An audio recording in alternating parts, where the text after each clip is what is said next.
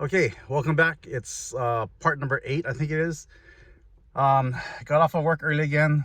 I gotta fly it home. I gotta try to beat the rain. The rain is coming, so I'll see you guys in a little bit. All right, welcome back. I'm finally home. Yes, it was just storming like crazy, and I'm finally home. And not one. Well, the sun is going down, but there's no rain. It's coming. It's coming though. Okay, so where I left off last time, I finally got the diff put in. The instructions say the next thing to do is connect the electricals and the breather line and the vacuum actuator for the front diff. I'll show you where that is. Since I'm pressed on time, there's one thing that I saw no one online, on YouTube, anywhere, would show you guys what the instructions are. I mean, as far as how to decipher what bolts to use, all they give you are these things here. Bags. And how are you supposed to know? How are you supposed to know what goes where? Well, I will show you exactly how to decipher and figure everything out. But first, I'll show you where the vacuum actuator is and the electricals. Okay, so this is the passenger side. Let me get inside here. Right here, that is the electrical harness that we have to connect. Right in front or right in back there on the diff, that is the breather hose.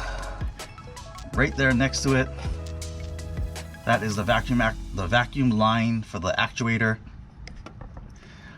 Straight ahead, you can see I am gonna leave that loose, just to give it more slack. It says to connect it. That's the bracket, but I'm not gonna do that. Here is the wire harness for the electrical system. I'm gonna connect that now. So that's pretty easy, right? We just connect this. There we go. This goes here. And that's it. Okay, I might hang the lower control arms. I'll go over the nuts and bolts in a little bit. For me, like I said, I decided to go to Toyota. Mines are pretty rusted. All the eccentric bolts, the cam bolts. I got everything here. Unfortunately, Toyota is the only place that carries all these things. And if you're not sure what what orientation they go in, here's a picture.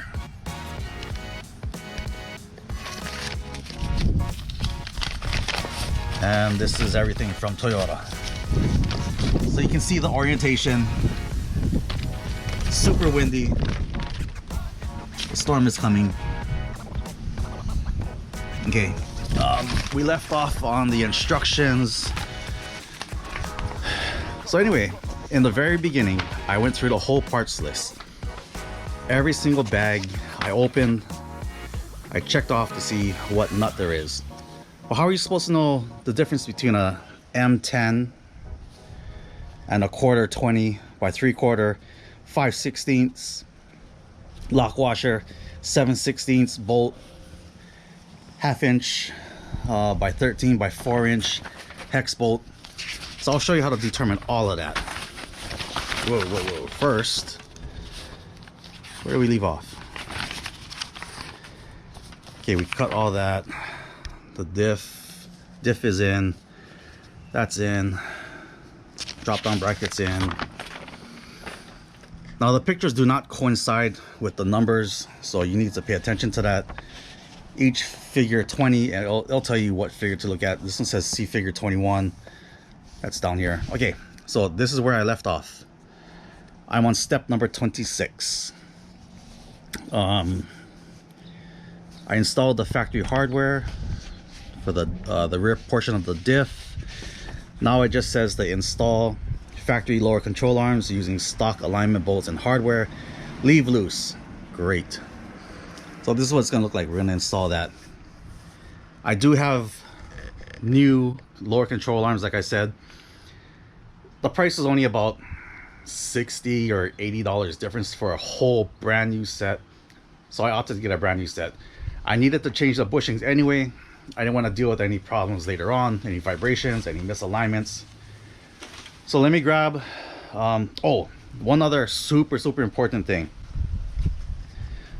I found this out from someone else on YouTube. Now, if you have anti-seize, you coat all these bolts. You coat the inside, you slap anti-seize in between all of these, on the body of the bolts. You slap a whole bunch of anti-seize on everything, just coat it liberally, and you won't ever have any problems with it later on. Let me grab the lower control arms and just install it real quick, slap all that anti-seize on, and then I'll go over how to read the instructions. Okay, let me grab the arms. Hang on. Okay, so I'm gonna the first thing I need to do is open the box, which I already did. I got these lower control arms, those guys, Supreme, I don't know, they're not factory. mbinfiniteprojects is the same guys that make the SPC upper control arms, I think. I'm not 100% sure, but I did get this from Summit Racing and shipped to Hawaii, which is crazy shipping. The total came out to $237. So not bad. I was gonna buy new lower ball joints for both sides. I was gonna buy a whole new bushings for both sides, and like I said, for about maybe 80 bucks more, you can get a whole brand new lower control arm. So why not? I noticed that there was a grease nipple, which is pretty cool. If I can open this thing. So there's a grease nipple here. I'm gonna grease that guy up before I put it in, so I don't have to worry about it. I did leave a note on my steering wheel because I did not put oil in that front diff. I need to make sure I put oil in it before I do anything else. So let me put anti-seize on all the bolts. I'll show you guys that in a minute. The sun is almost down already. I don't know if the camera will pick up any pictures of what I'm doing, but we'll try and I'll see what happens. Okay, hang in there. Let me grab the grease gun and get everything in. Wow, the sun went down in less than 30 minutes. I think it was only about 20 minutes, but yeah, it's pitch black now. Okay, so the most important thing, how to determine what nut and bolt and screws to use.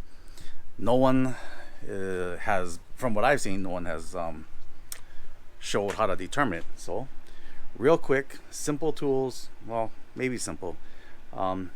Let me gather everything and I'll show you guys. All right, so this is bag number 1, 70224. Has the 5/16 by 1 1/4, which is what I need. 70224-1 means bag 1. And there was a whole bunch of screws in here, so here's how we figure it out. I'll show you how to measure these things. Okay, so to measure it, to be precise, I'm gonna use a couple things that I'm gonna show you guys. I think I got this from O'Reilly's or AutoZone. I think it was only about $15. Basic screwdriver, sorry, it's too late already. Craftsman, whatever, you can use whatever tape measure you want. I need a, okay, so let's go back to the, where was I? Okay, so it says here that I'm gonna need the 5/16 by 1.25" or 1 1/4 nuts and washers, and the rear mount I'm gonna need a 1/2 inch by 1.5" nut bolt, nut and washer. Okay, I already found in bag 1 the 5/16 that I need. I'm also gonna find the 1/2 inch by 1.5 inch, right? Oh, look, 1/2 inch by 1.5 inch. Hex bolt. It said hex bolt in the beginning anyway. Disregard the -13. I know there's one of that one, and the 5/16 there's two. So let me put the camera on my head. Hang on. Okay, hopefully this comes out. Let's see. Turn it on. You can choose between inches or millimeters. I'm gonna stay with inches because it's in inches. Okay. Now, if this was all loose like this,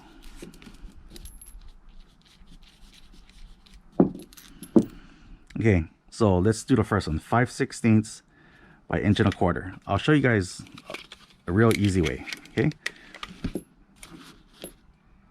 Basic things. Kind of gotta know how to measure. So we turned it on. So first we need to know what 5/16 is. If you know how to read a basic tape measure, then you'll kind of know. So let's measure it here. That's a 1/4 inch. That is 5/16 right there. We're at about 0.30. So let's take a measurement of our bolts. Nope, this is 0.49. What is 0.49? 0.49 is nearly 1/2 inch. 0.50, half, right? 0.30. Oh, look, we found it. Okay, by 1.25 inches, right? So if we look good, it's just shy under 1.25 inches. I don't know if these measurements are going to be exact, but that's pretty much how we find it. And the other one I need is a 1/2 inch by what? 1.5 inches, I think it said. Where did it go? Yes, 1/2 by 1.5 inches. So I already know that this bolt is 0.49. That's pretty darn close to 1/2 inch. And how about the length? Whoa, look at that. Nearly 1.5 inches. So that's pretty much how you determine all the bolts. So whatever bolt or nut it calls for, 1/2 inch by 4, you look under your parts list. 1/2 inch by 4. Hey, I got it. And so forth, right? And so on. Whatever bolts it calls for. The instructions also gives you torque specs of what to torque each specific nut to. 3/8 hardware, torque to 52 pounds. Hex bolts, torque to 100 pounds. Okay, that was a pretty fast, pretty crude method, but it works. You measure the thickness of the threaded part. That gives you your diameter, the 5/16. Then you measure the full length, 1.25 inches. So you know what's 1.25 inches.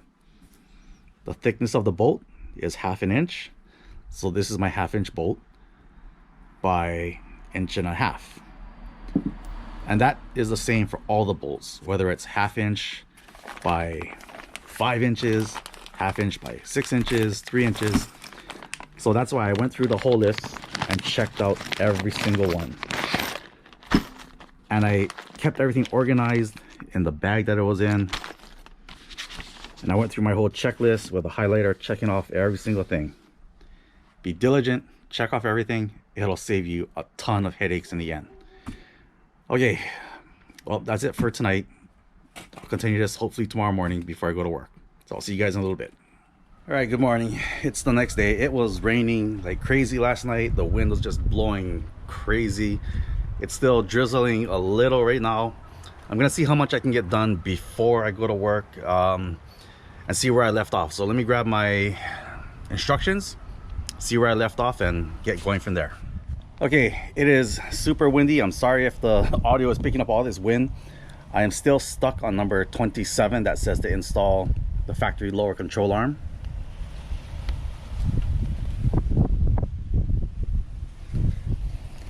So I did the passenger side last night, and I'm just doing some preventative maintenance type things. I am soaking, I'm putting a whole bunch of anti-seize on the cam bolts that are notorious for rusting and people have to cut them out. Thank God I did this on the last time when I did the rough country lift, so it's not that bad now. I do have the brand new bolts. I will show you guys how I paint everything with the anti-seize. The old ones that I took off from the rough country are 100% perfectly fine. I've gone, what, 2 years with it, going into salt water, nothing. That thing is awesome, so I'm gonna keep doing that from now on. So I'll show you guys how I paint everything up, and then we'll get the driver's side going. Then step number 28 says to that's the one where I showed you guys about the nuts and bolts, how to measure it. Install the front skid plate, and then I think I can hang the knuckles. Okay, so time to get painting. Well, slight little problem. As I was uploading the videos, 2 of them got corrupted. One being the part that I was painting the insides of the lower control arm. So I'll show you now basically what I was doing. So this is the anti-seize. Basically, you would get the anti-seize, smear it all over here, inside, both sides,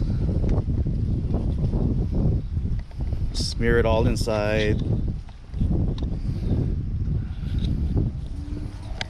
and you would coat the whole thing, and you would do it to the nuts, you would do it to the bolt shafts, you would do it to everything. And that's just to protect the whole thing from rusting, and it works pretty darn good. Then what I would have next is to grab the whole thing and just put it in the truck, and just like that, both sides are on. I did leave the bag around it, however, just to keep it safe. Now on to all this was up to step number 27. 28 is now when we install the skid plate.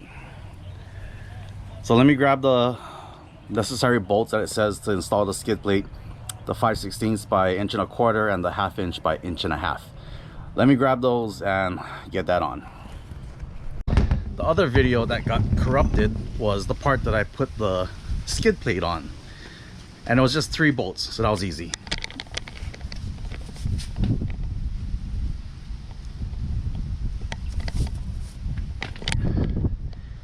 I did, however, notice that I forgot to put the dust shields on. See this? No dust shield. So I just need to loosen these 4 bolts. Then I'm gonna put the dust shield on. Then I'm gonna put the spindle on the other side. So let me put the dust shield on, and then I'll video putting the spindle on the other side with the wheel bearing and the dust shield. Okay, hang on, let me grab everything and get ready. Skid plate is in. Let's see, I'm gonna try talk inside the garage, that way it will be a little quieter. So we did number 27, install the factory lower control arm.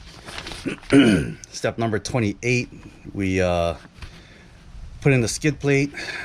That's that one. Now we skip the step number 29. Shock assembly. Okay, so I need to prepare the shock for this. I'll show you guys what I'm gonna do with the shock right now. So let me grab the shocks. Okay, so what am I gonna do about the suspension? I've been talking to Keola about this. I've been talking to Michael about this. The system requires you to put a spacer on the stock shock. It looks like this. But you notice anything different? So they are lined up dead even on the bottom. You come to the top, oh, something's missing. So what that shows you is the rough country so-called 6-inch vertex lift is about 3.5 inches shorter than what Fabtech gives you to put onto your stock shock in order to just make their lift. So how do we cure that? I have to either put this on or stack this. This is the biggest I could find. I think it's about 1.5 inches or so, maybe 2. I'm not sure. Anyway, temporarily, I'm gonna stack this spacer on the rough country lift until I can order the correct size shock. I'm leaning towards, I was talking to Michael, I'm leaning towards Dirt Logic, just because they have a solid stainless steel body, aluminum shaft. The shaft itself is thicker than everyone else's. It's nitro coated. The shaft is coated with that special nitro coating, and it's gonna make dirt not stick to it. It's gonna make everything just so buttery smooth. So for now, I gotta get this spacer on the rough country lift. I think the next step is to put the shocks in, and we're almost done with this part. All right, so let me put the spacers on. I'll get right back to you guys.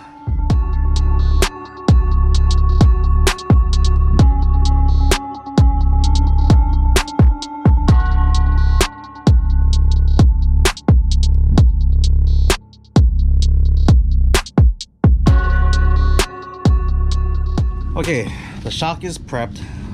That was step number 29. Step number 30, locate the coilover. Okay, that's not for me. Step number 31. Okay, so that's the steering knuckle. You got to remove everything, which is what I did on the previous one. I put in the new seals. That's fine.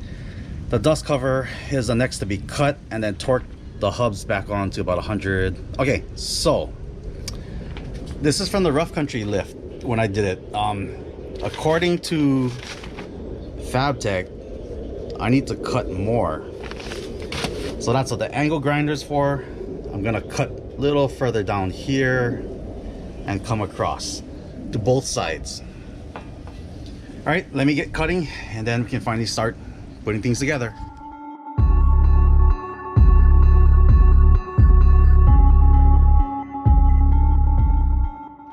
Next step, clean up the edges, paint this, and get ready to put everything back together.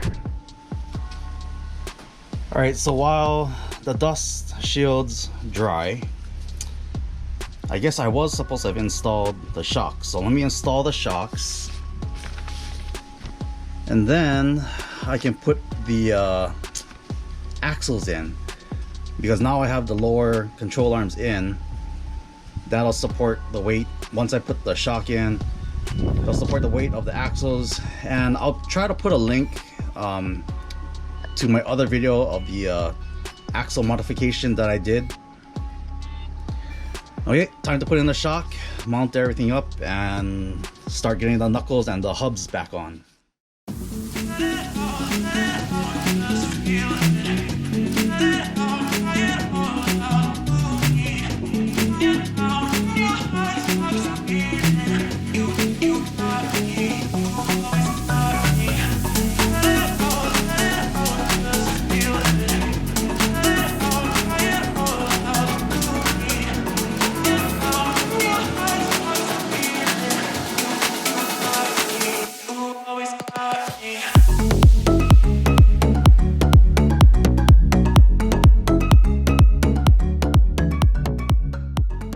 Shocks are in.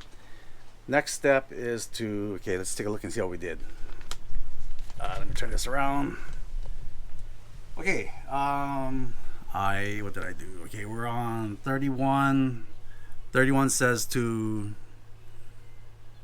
okay, so basically what we're gonna do is I put the tongue twisted. I put the seals into the new knuckles, which you already did. Took off the backing plate. I already cut it. I'll put that on later. But the first thing is I need to get the axles in. Now I got all new axles, and I got the brand new high angle silicone high angle silicone CV boots. So I'll put a link in the description on the bottom. I did that modification, and I'll show you guys how I did it. It was pretty easy, wasn't too bad. But here's what they look like.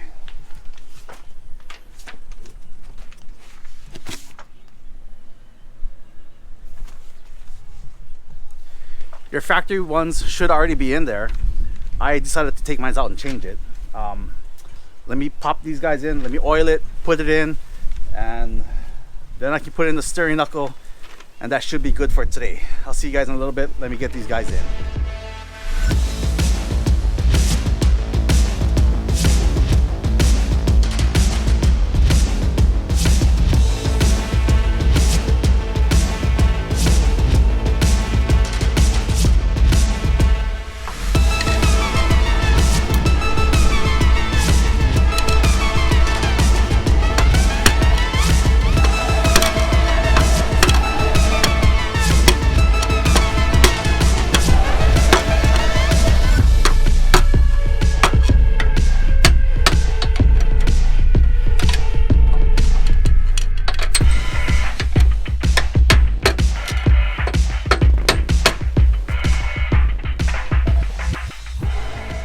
Just like that, you pound those guys in with a solid hammer and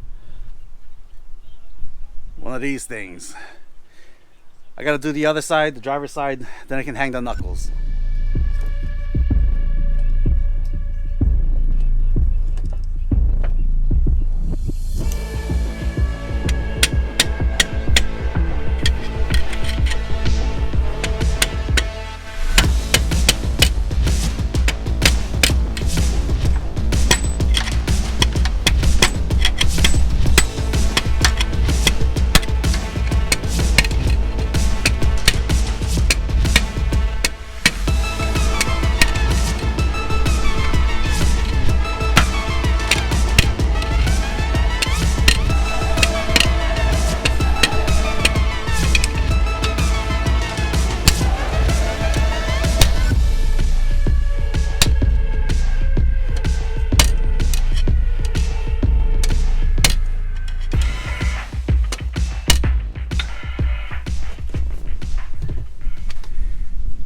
All right, both sides are in. You'll know when it's in. It'll just make a solid thump and you can't pound that thing in anymore. It's really windy, which is kind of good because it's keeping me a little cool. Finally time to hang the knuckles, and it's starting to look, I can see the end of the tunnel here. All right, let me grab the knuckles. Okay, so the dust cover, the seal, the axle seal is in the new knuckle. I am gonna put it says to put the wheel bearing in now, but I'm not gonna do that because I'm gonna wait till it's on the car. There's no sense in me working harder than I have to. Step number 32 says to support the lower control arm with the jack, install the assembly steering knuckle with the lower ball joint and the factory castle nut. Cotter pin, raise it enough for the knuckle to go into the upper ball joint. Okay, so basically put the knuckle in. Let's get to it.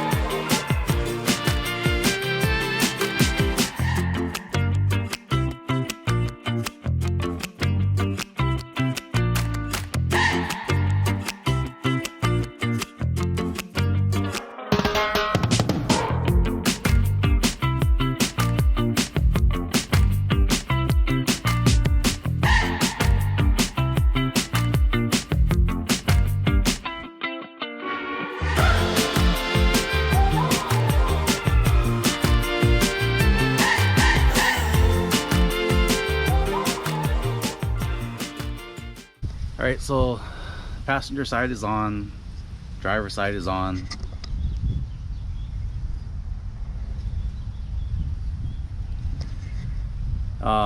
Maybe tomorrow or next time I work on this, I'll explain to you guys what the droop angle and how that coincides with your shocks and how that coincides with spacers that you guys put on. And if you do put spacers on, you increase your droop angle. By increasing your droop angle beyond what the lower control arm can handle and beyond what the cross member drop was engineered to do, when you increase that droop angle, the only thing that's going to blow up is you're going to pull your CV boots out, you're going to blow up your steering, you're going to destroy a lot of stuff. So I'll show you that maybe this weekend when I work on this. So yeah, let me get back to editing the video and see what else there is to do. I think that's it for today, and I'll see you guys again.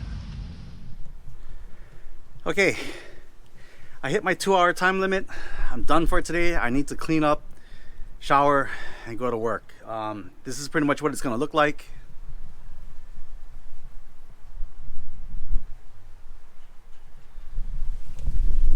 Already I can see that it's a lot bigger than the rough country. The steering tie rod is actually at a different angle too.